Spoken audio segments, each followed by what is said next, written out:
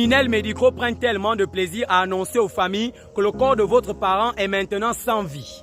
En effet, les structures hospitalières telles que l'hôpital général, l'hôpital militaire, l'hôpital de Vendo d'Akanda, je me pose souvent certaines questions. Ces structures-là sont-elles des structures hospitalières ou des structures mortuaires? Car aujourd'hui, il est inconcevable qu'un médecin soit insensible face à la maladie de son patient. Parce que moi, je ne comprends rien. En plus d'avoir des médecins incompétents, ils ont un personnel insolent. Ils ont des vigiles maudits et des brancardiers ratés. C'est dans un pays où je vois d'abord, les gens se lancent dans des formations de médecine à 25 ans, jusqu'à 30 ans, pour être médecin, être infirmier. Alors que le métier de quelqu'un doit venir depuis l'enfance. Tu dois le rêver depuis l'enfance. Mais aujourd'hui, nous sommes face à des médecins insensibles, incompréhensifs. Qu'est-ce qui se passe dans ces structures médicinales? Je reçois des messages des usagers, soit encore de la population gabonaise de part à autre.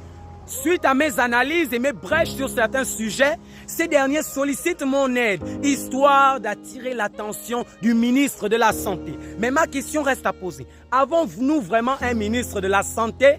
Parce que là, je suis perdu. On fait une brèche là-dessus.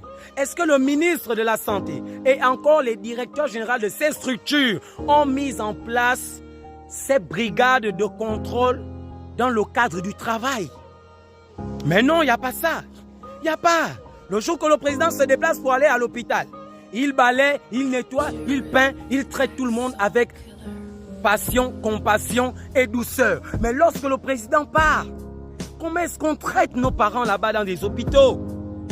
Le médecin, c'est celui-là qui va à chaque fois, à chaque instant, chaque 30 minutes, vérifier dans la salle des patients pour voir si le glucosine de 1 est fini, s'il faut le remplacer, si ce dernier veut faire une toilette, si ce dernier ressent une petite douleur, si. Mais c'est pas comme ça au Gabon. C'est pas comme ça chez nous. Qu'est-ce qui se passe? Qu'est-ce qui se passe? Un pays béni, un pays avec des richesses. Qu'est-ce qui empêche au ministre de la Santé ou encore aux directeurs généraux d'appliquer sincèrement leurs tâches? C'est pourquoi vous avez été nommé directeur général. C'est pourquoi vous avez été nommé ministre. Ce n'est pas si dur. Les populations périssent dans ces hôpitaux. Les populations souffrent. Tu pars pour accompagner ton parent qui est entre la vie et la mort. Mais il faudrait que le vigile déjà t'accueille. On dirait que c'était lui le DG de l'hôpital. Lorsque vous arrivez à l'accueil, à la réception, vous parlez avec ces filles-là, les dames-là, les réceptionnistes-là. Elles se comportent, on dirait, c'est celle-là même qui est actionnaire majoritaire de cet hôpital. Mais nous faisons face à quoi? Pourquoi l'humain est-il insensible à ce point? Vous qui travaillez dans les hôpitaux là, vous vous dites qu'un jour vous n'allez jamais mourir. Nul n'est éternel, voyez-moi comme un petit frère. Je n'insulte personne, je considère tout le monde.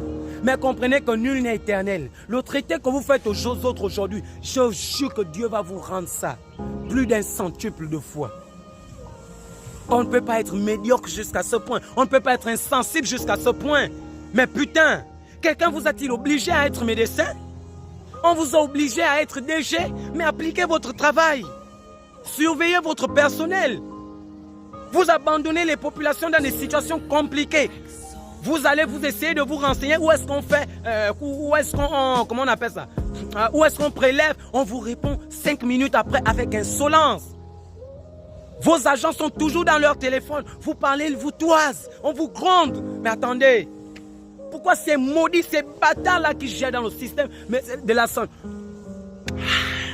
Est-ce que mon oncle pouvait être président au Gabon? Mon oncle pouvait être président au Gabon. Je devais être ministre de la santé. Non, je devais être ministre de la justice pendant 3 heures de temps. Et je vous jure que dans le système de la santé, beaucoup de médecins devaient être en prison, sans visite. Les Gabonais méritent le chômage.